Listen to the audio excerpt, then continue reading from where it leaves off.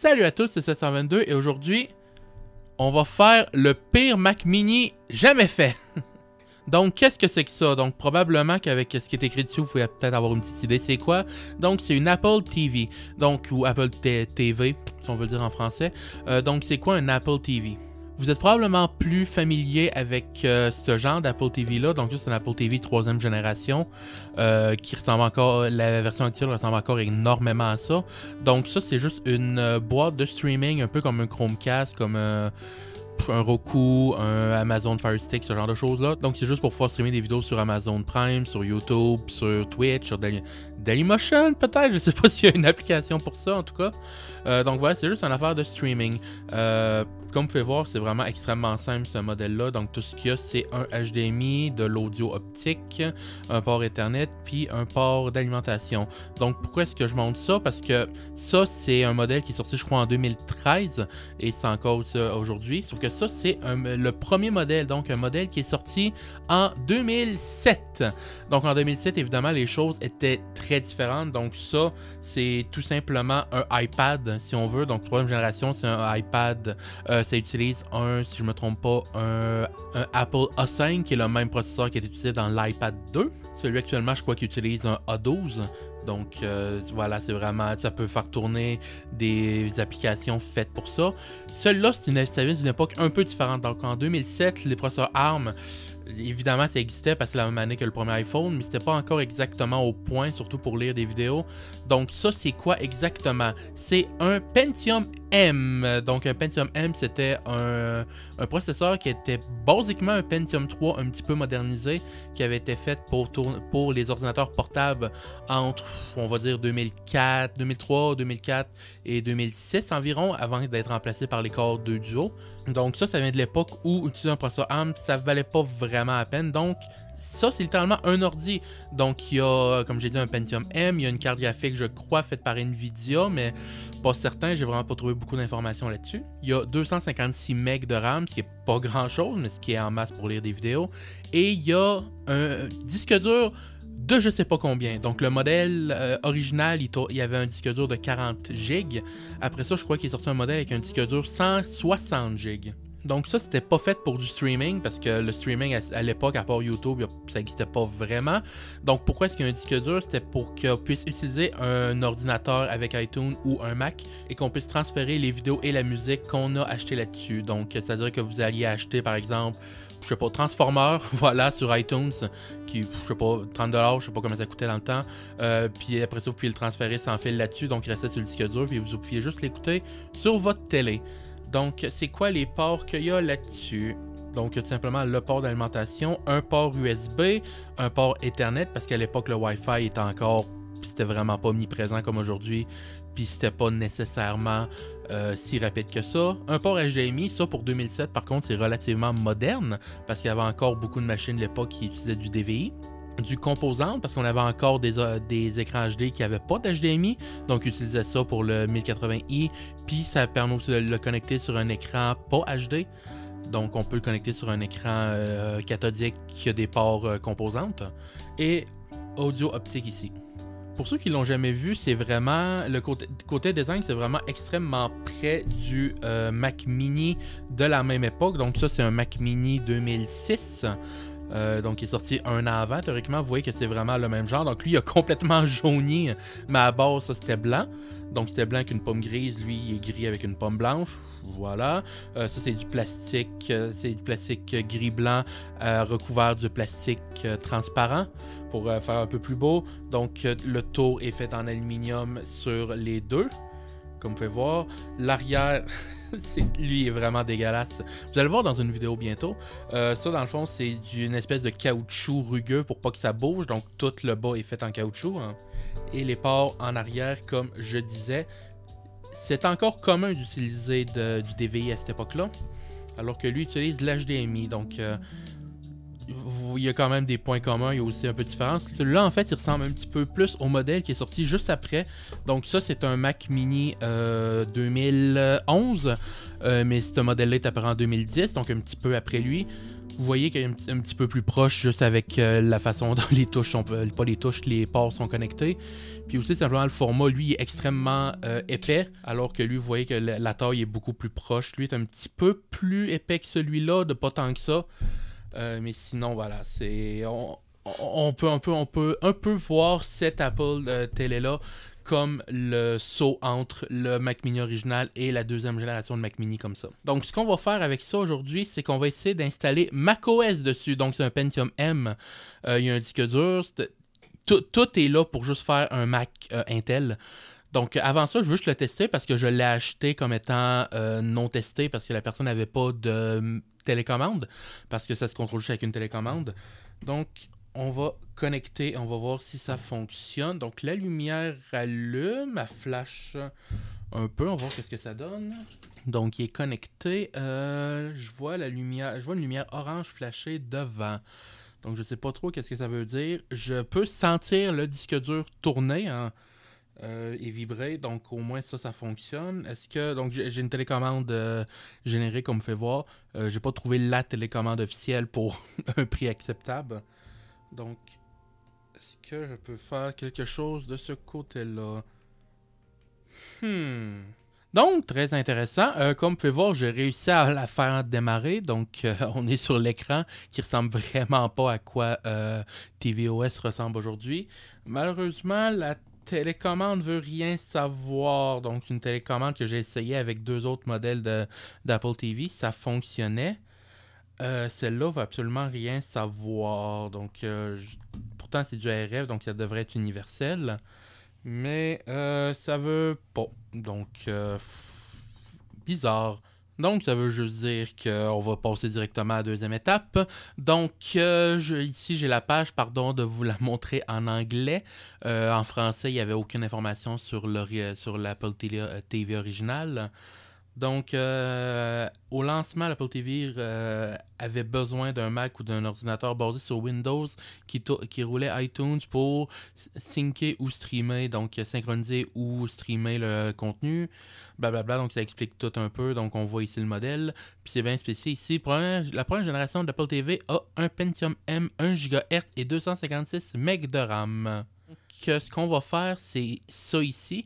Donc, c'est sur le forum Tinker Different. Donc, installer macOS X Léopard sur l'Apple Télé première génération. Donc, vous allez voir qu'il y a plusieurs liens. Bien, il y a 2 liens qui donnent la même chose.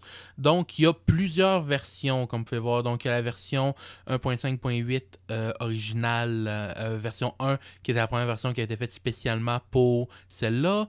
10.5.5 qui était, je pense, la première version que les gens ont réussi à faire fonctionner. Ça, c'est littéralement quelqu'un qui en a fait un Hackintosh avec 1.5.8 qui a rien. Et l'image qu'on va utiliser, c'est l'image préconfigurée qui a été faite pour justement fonctionner sur ce genre de matériel-là, qui est extrêmement faible.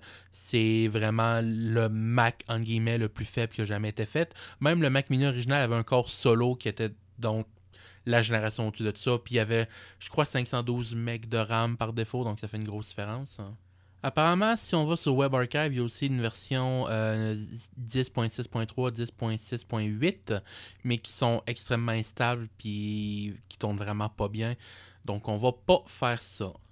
Donc, comme vous pouvez voir, il y a plusieurs instructions pour plusieurs OS. Donc, je ne vous ai pas montré la création de la clé USB parce que malheureusement, j'ai dû le faire sur une autre machine. Puis, c'est pas très intéressant. Donc, c'est juste parce que ça fonctionne juste, comme vous pouvez voir, jusqu'à macOS 12. Donc, là, je serai à macOS 15. C'est vraiment pas si difficile que ça. C'est juste que ça prend la bonne machine. Il faut juste le télécharger, restaurer avec l'utilitaire de disque intégré à macOS. Puis après ça, si on utilise une clé USB pour démarrer, il faut faire un petit tour de passe-passe pour pouvoir spécifier le bon disque de démarrage.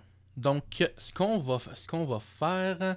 vous pouvez voir, j'ai branché l'USB, c'est juste pour tester quelque chose. Donc, je vais essayer de démarrer par USB. Donc, ce qu'on peut aussi faire, c'est juste démonter la machine pour prendre le disque dur, flasher l'image qu'on veut directement sur le disque dur, puis le lancer comme ça.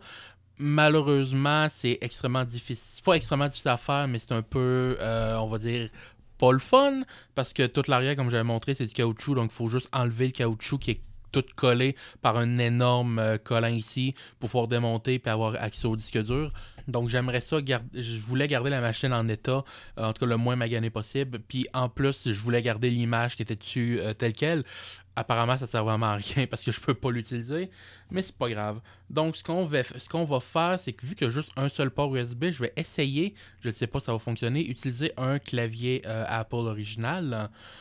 Donc un vrai clavier Apple qui, pour ceux qui ne savent pas, a des ports USB sur le côté comme ça. Donc c'est un hub USB. Puis on va essayer de mettre la clé USB. Donc malheureusement, clé USB, tout ce qui me restait, c'était une clé USB USB-C. Donc on va l'utiliser avec un adaptateur USB-C à USB normal. Puis on va le mettre dans le clavier. C'est stupide, mais si ça fonctionne, c'est pas si stupide que ça. Donc on va le connecter. Et vu qu'il n'y a pas de manière de redémarrer proprement, ce qu'on va faire, c'est juste déconnecter le câble d'alimentation. J'ai déconnecté l'USB en même temps. Et on va reconnecter le câble. Donc, normalement, si j'ai bien fait la configuration, ça devrait essayer de démarrer sur la clé USB. Malheureusement, je ne sais pas si ça va fonctionner vu que, c'est une clé USB-C. En théorie, oui, ça devrait fonctionner. Oh, oh, oh, oh, oh, oh! Ça, c'est l'image de macOS! Yes! Yes! Donc, puis aussi, le guide, il recommande d'utiliser un dock USB, un hub USB alimenté parce que j'imagine qu'il y a beaucoup de clés USB qui doivent prendre trop d'électricité pour pouvoir démarrer normalement, mais là, apparemment, ça fonctionne. Donc, on va voir si ça va réussir à démarrer jusqu'au bout. J'en ai vraiment aucune idée parce qu'encore une fois, ça aurait dû être un hub USB alimenté. J'en ai pas. Donc, si vraiment ça fonctionne pas, je vais ouvrir la machine puis je vais flasher le disque dur directement. Pas trop le choix de faire ça si ça fonctionne pas. Surtout qu'apparemment, l'OS qui est dessus est inutilisable pour moi, malheureusement, à moins que je réussisse à trouver une télécommande originale pas trop chère. Parce que malheureusement, celle que j'ai trouvée était quand même pas donnée, on va dire. Puis Apple étant Apple, pour une raison obscure, même si les télécommandes ont l'air d'être plus ou moins toutes pareilles une avec l'autre, on peut pas utiliser une télécommande d'un Apple Télé moderne pour fonctionner sur le premier modèle. Ce qui est étrange parce que je crois que la télécommande du premier modèle fonctionne sur le dernier, sur l'Apple Télé 4K. Puis je crois qu'à partir de la deuxième génération, toutes les télécommandes sont compatibles une avec l'autre. Pas toutes les fonctionnalités nécessairement. Donc, par exemple, sur la télécommande Siri, donc la plus récente avec un micro, évidemment, si vous le mettez sur une troisième génération, le micro ne va pas fonctionner. Mais en théorie, c'est quand même censé fonctionner en tant que télécommande. Donc, je ne sais pas qu'est-ce qu'il y a de spécial avec la première génération qui fait que c'est si différent que ça, mais apparemment, on ne peut pas.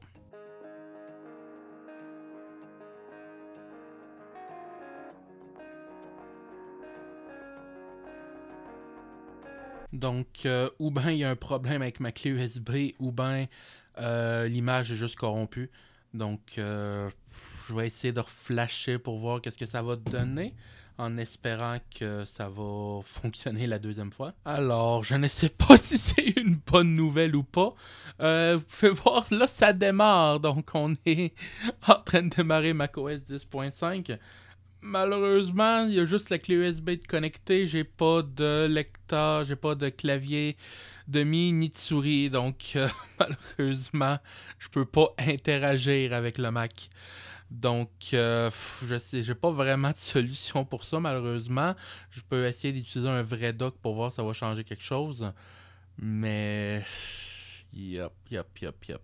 C'est un petit problème. Ok, donc j'ai fait quelque chose de très stupide et ça a l'air de fonctionner. On va voir. Hein. Ok, donc ce que j'ai fait a l'air de fonctionner, mais ça n'a pas l'air parfait, on va dire. Donc, j'ai réussi à trouver une clé USB normale, et j'ai remis l'image dessus.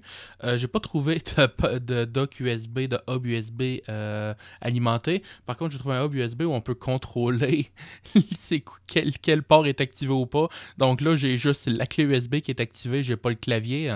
Je me suis dit que probablement que le démarrage en tant que tel doit être ce qui prend le plus d'électricité du point de vue de l'USB. Donc maintenant qu'on est démarré, si je démarre ça, je pense que ça devrait fonctionner. Donc normalement, je viens d'activer ça. Est-ce que la souris fonctionne? On On voit le décor qui apparaît tranquillement, mais ça n'a pas l'air de faire grand-chose.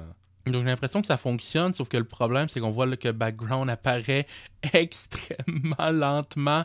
Donc je pense que ce qui se passe, c'est juste qu'on limite tellement le débit avec tout ce que j'ai fait que il y a juste vraiment plus assez pour que macOS soit utilisable, malheureusement. J'ai pas de solution vraiment. La seule chose auquel je peux penser, c'est d'écrire directement l'image sur le disque dur.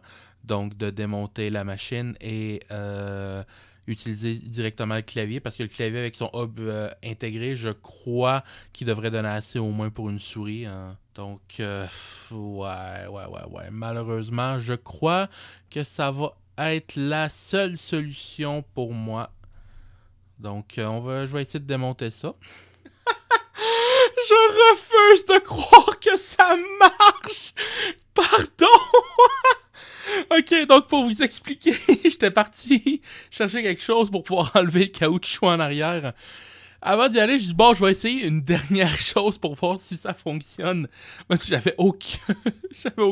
aucune raison de croire que ça allait marcher. Ça, c'est juste un dock USB-C normal. Donc, il est théoriquement alimenté vu qu'il y a un chargeur de connecté. Donc, j'ai juste connecté le clavier puis la clé USB dedans. Puis, j'ai connecté le dock avec un adaptateur USB-C à USB normal. Puis, ça fonctionne. Est-ce que la souris fonctionne? Oui, ça fonctionne. Ça devrait pas. C'est des protocoles complètement différents. Comment ça peut fonctionner? Ok. Donc, je vais pas m'en plaindre. Mon Dieu. Ok. Donc, on va le configurer. Donc, ça va être en canadien-français. Je ne sais pas ce que ça va donner à l'écran pour la qualité de l'image. Je crois que c'est limité au 720p, ça. Donc la qualité n'a pas l'air d'être incroyable. Je vais essayer de régler ça un peu. Hein. Donc la qualité est juste vraiment pas bonne. Je crois que la résolution doit juste être extrêmement bizarre dans macOS. Donc on va modifier ça dès qu'on va pouvoir. Donc on va rien transférer. Non, j'ai pas de Mac assez vieux pour ça. Le Wi-Fi fonctionne. Ok.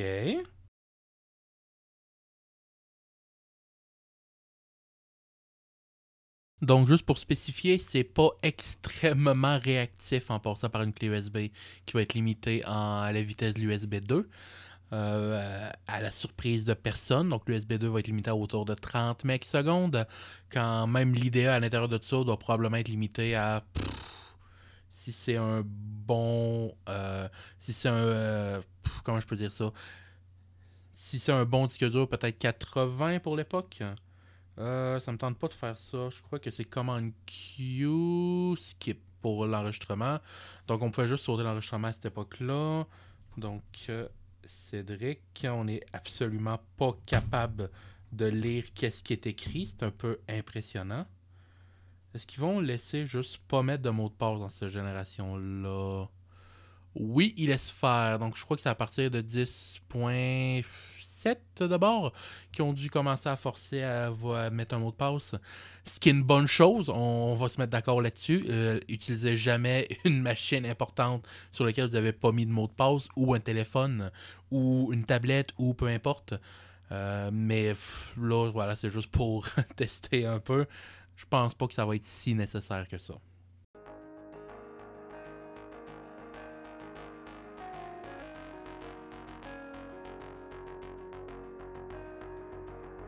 Ok, donc on n'est pas à Cupertino. C'est très petit. Oui, Montréal, good enough. Même si c'est pas Montréal. Normalement, oui, l'heure est la bonne, je crois. Done! Donc voilà, normalement, on va être sur un Mac, basiquement un Mac mini avec un Pentium M. Je ne sais pas si la version de macOS a été énormément modifiée ou s'ils ont juste ajouté les drivers nécessaires. Donc j'espère que je vais pouvoir régler la résolution parce que là, la résolution est vraiment extrêmement basse. Si vous n'êtes pas capable de lire, puis vous trouvez que mettons que la souris est extrêmement floue, moi aussi c'est la même chose. Inserté n'est pas readable, ignoré. OK. Étrange comme message. Parce que le seul disque qui est connecté, ben, c'est la clé USB, donc le disque dur, entre guillemets.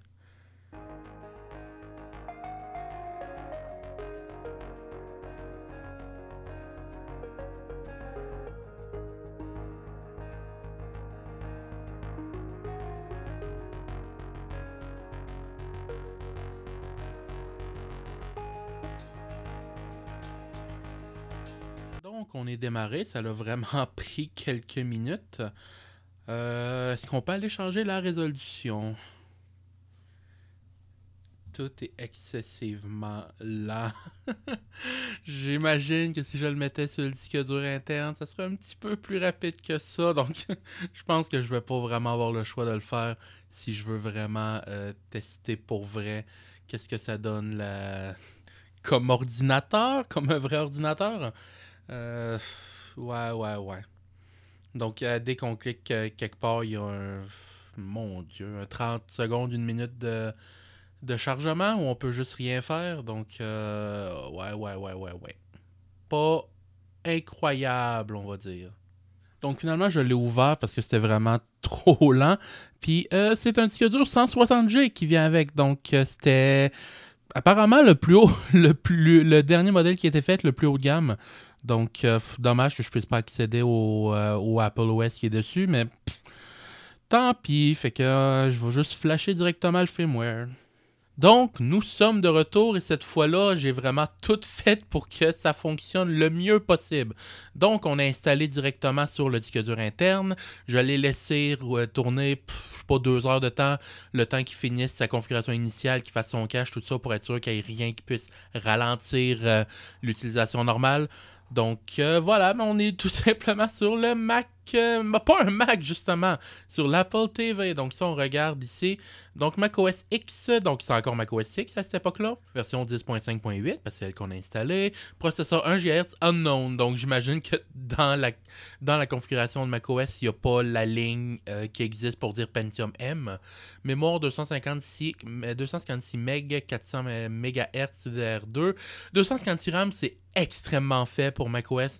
J'ai je crois, un iBook G4 et la RAM est à 768 MB. Donc, ça montre vraiment à quel point c'est ridicule le 156. Donc, si on regarde plus en détail, model name Mac, évidemment. Model Fire Apple TV 1.1, donc ça le détecte correctement. ça me fait beaucoup rire. Donc, Person Name Genuine Intel processeur. Donc, si vous n'avez pas remarqué, c'est énormément plus réactif maintenant qu'on est sur le disque interne. Donc, processeur speed 1 GHz, un cœur, donc voilà, L2 cache 2 MB, tout ce que le processeur supporte. Blablabla. Donc, ATA, c'est tout simplement le disque dur. Donc, on voit ici le disque dur. Donc, 160G, comme on avait vu la dernière fois. Graphiste, ça, je n'avais vu aucune information. Apparemment, c'est une GeForce Go 7300 avec 128 MB de RAM dédié, on dirait. Donc, je connais pas beaucoup ce modèle-là. J'imagine que ça doit être un modèle un petit peu plus pour ce genre de machine-là. Par contre, ce qui est intéressant, c'est ici, Hardware Accelerated. Donc, apparemment, on a l'accélération matérielle, donc l'accélération 2D, l'accélération 3D du GPU. Donc, en théorie, on devrait pouvoir faire tourner un jeu par pur hasard. Donc, on va tester ça. Donc, on voit qu'il y a juste...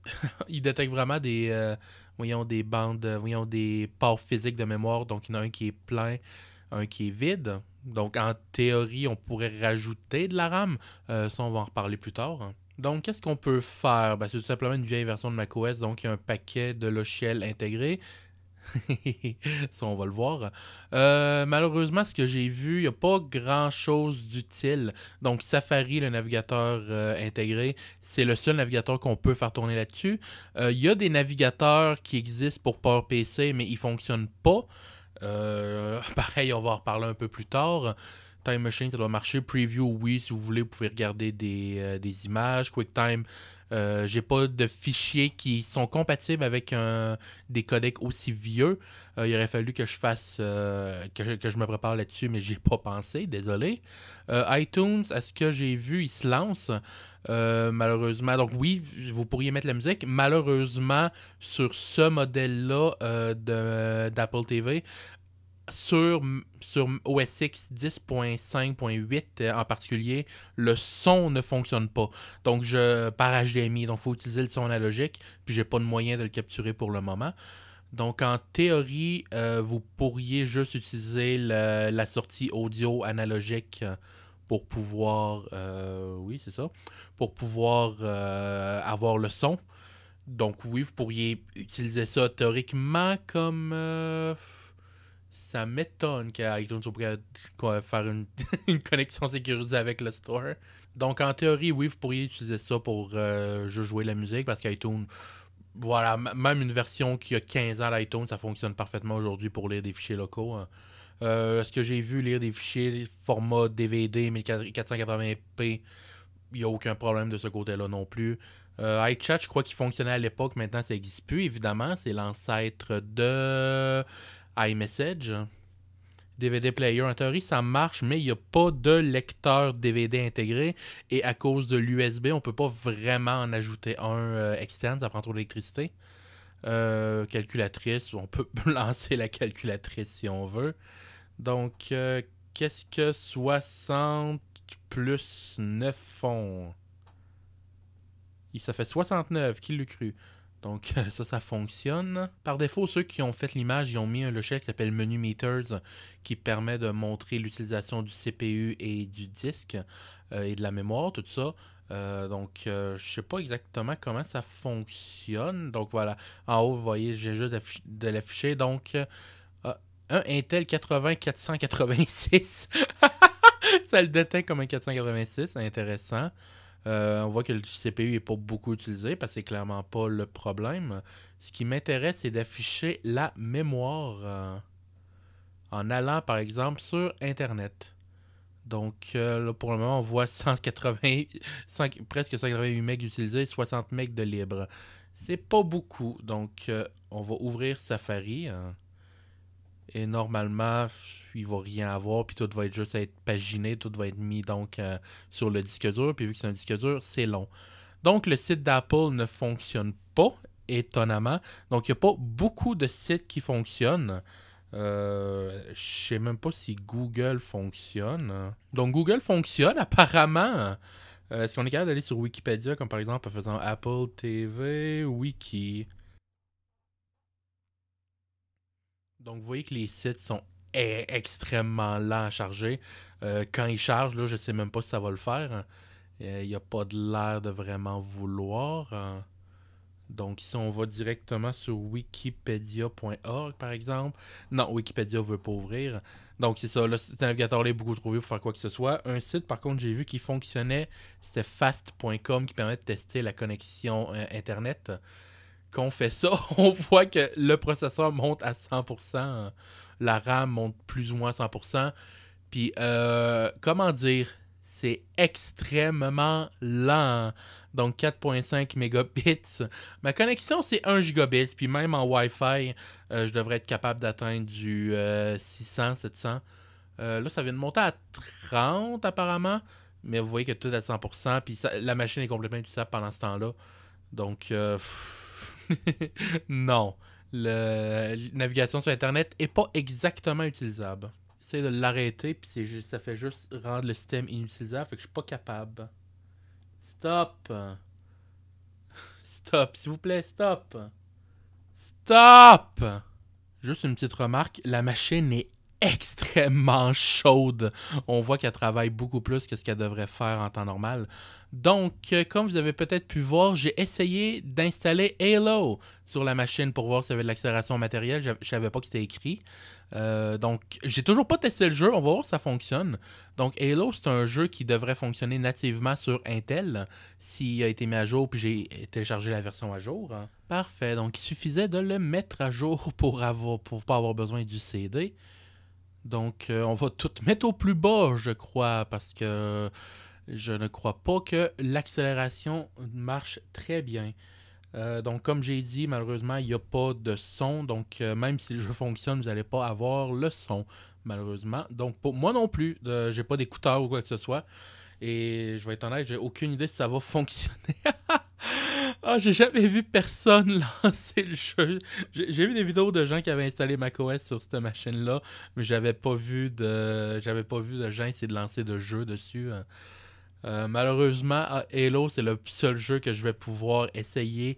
Je vais vous expliquer un peu pourquoi après. Les vidéos ont l'air de se lancer correctement, on va juste les passer. Et on est sur l'écran titre, puis ça marche. Est-ce qu'on est capable de monter à résolution 140 par 480. Évidemment, on va pas le mettre en 1080p, mais mettons du 480p au moins pour être en 16:9. Ok, donc 480p 60 Hz. Texture qualité médium, on va laisser ça de même. Donc, je ne sais pas qu'est-ce qui se passe. Elle a l'air de vraiment. Je ne sais pas si c'est le jeu qui doit vraiment recharger à chaque fois qu'on fait un changement ou si c'est un problème avec la carte de capture qui a de la misère avec les changements de résolution. Mais ça se lance. Donc, campagne normale. Ok. Donc, je vois déjà de l'air d'avoir un petit bug graphique au niveau de la planète. Les espèces de points violets qui sont pas censés être là. Ok, donc ça c'est fait en 3D, donc c'est capable de le lancer. Hein. Ah, c'est ça. Je suis pas mal sûr que c'est un bug au niveau de la texture. Est-ce qu'on peut passer la cinématique? Oui. Réveil.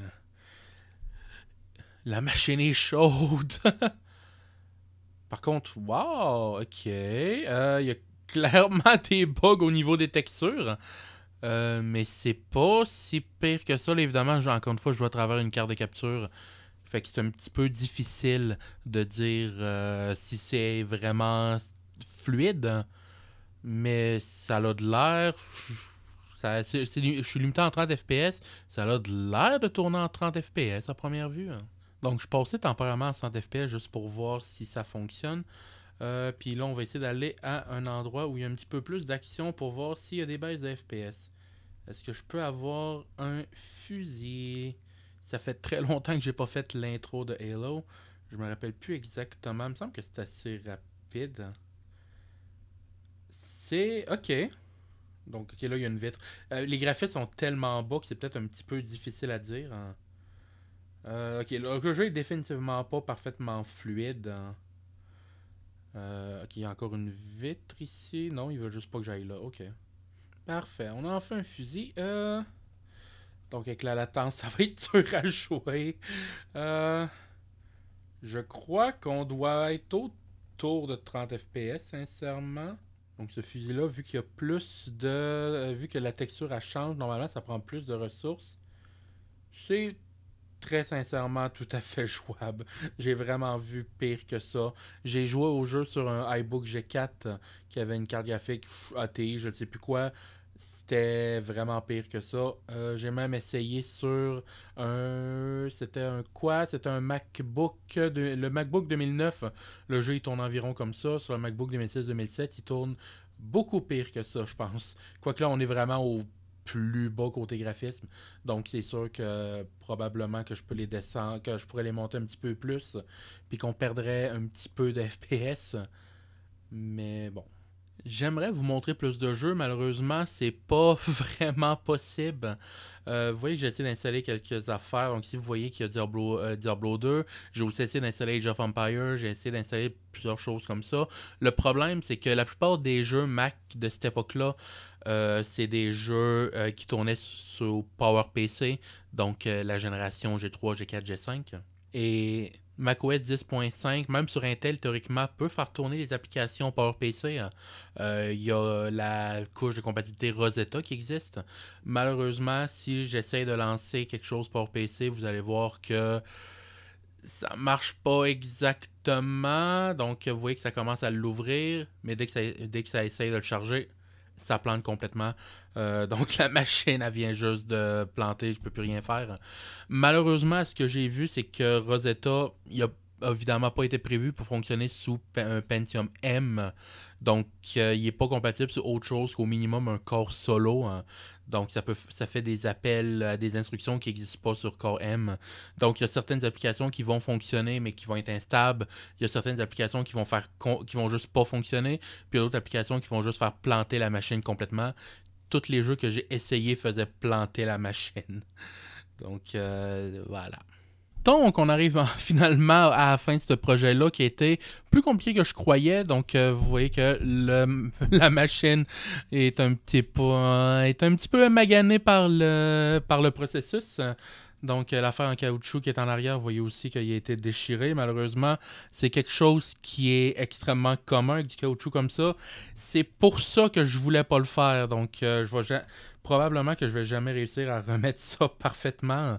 Puis même si j'ai réussi à le mettre, donc il va y avoir des traces comme ça. Donc, on va essayer de le remettre. Mais voilà, donc l'arrière est complètement magané. Donc, installer OS X sur un Apple TV première génération, est-ce que ça vaut la peine? Non! Ça a été beaucoup plus compliqué que je croyais. Je croyais que ça allait être une petite vidéo rapide, vu que je pouvais le faire par USB. Non, finalement, par USB, c'est pas aussi simple que je pensais. Puis en plus, c'est excessivement lent. Donc, c'est vraiment pas utilisable. Puis le faire par le disque, ben, on détruit vraiment l'arrière. J'ai un peu réussi à le remettre, mais il n'est pas collé pantoute. Faudrait que j'essaye de mettre du tape double face, quelque chose de même. Donc, mais je vais le laisser comme ça parce que j'ai pas vraiment d'intérêt à réinstaller le système original. À un moment, je crois que j'ai dit que c'était Apple OS, quelque chose de même. J'avais plus le nom en tête. Le système original, c'est tout simplement OS X 10.4 avec, je crois, c'est Front Row pour pouvoir se mettre en plein écran puis contrôler avec une télécommande. Donc, voilà, c'est juste, même de base, c'est juste macOS, mais bon. Donc, le prix de cette machine-là, je crois que je l'ai payé 45$. Vous pouvez peut-être trouver un petit peu moins cher en cherchant un peu. Ça vaut vraiment pas la peine. Oui, c'est moins cher qu'un Mac Mini. Mais pas tant que ça, un Mac Mini, ça va vous coûter... Donc, j'ai dit 45$, ça doit être environ 30€, peut-être un petit peu moins que 30€. On peut trouver des Mac Mini, même M2, pas M2, corps de duo pour 70$ peut-être. Puis en dépensant à peine plus, on peut trouver un i5 2 ou 3 deuxième génération pour autour de 90-100$. Le Mac Mini i5, donc le 2011 que j'ai montré, est tout à fait utilisable. De nos jours, c'est lent, mais c'est utilisable. Ça, même si vous voulez juste quelque chose pour faire tourner une vieille version de macOS, achetez un Mac Mini Core 2 Duo, ça va être beaucoup mieux. Même si, fait intéressant, vu que c'est... À ce que j'ai vu, il n'y a vraiment aucune vérification au niveau en interne. Donc, la seule chose que ça vérifie quand ça démarre, c'est le nom de la partition. Donc, il faut que la partition s'appelle Apple TV HD. Et s'il y a plusieurs partitions qui ont ce nom-là, c'est une partition en particulier qu'il faut qu'il y ait un ID pour dire de démarrer elle en particulier. Donc c'est pour ça qu'avec une clé USB, il faut modifier une des partitions pour qu'elle fonctionne. Mais si on démarre si on fait juste démarrer par le disque dur, on n'a pas besoin de faire ça. Puis à ce que j'ai compris, on peut littéralement juste mettre une partition de boot dans le format qu'ils veulent, donc HFS+, qui s'appelle Apple TV. Puis après elle, on peut juste démarrer un autre OS, comme par exemple Windows XP ou Linux. Donc ça peut peut-être un autre... peut-être un autre sujet intéressant. Puis aussi, vu qu'il n'y a aucune vérification au niveau du hardware, il y a des gens qui ont juste ajouté de la RAM dedans. Donc, comme j'ai montré, c'est marqué qu'il y a un port DIMM, donc un port de RAM vide. Il y a du monde qui ont juste soudé une autre barrette de 256 MB dessus, donc pour remonter à 512. Apparemment, c'est beaucoup plus utilisable. Il y a un port mini PCI pour le Wi-Fi là-dedans. Il y en a qui ont remplacé ça par un adaptateur SATA. Donc, ça permet d'utiliser des disques durs modernes, parce que ça, c'est un disque dur IDE, puis c'est rendu très difficile à trouver de nos jours. Hein.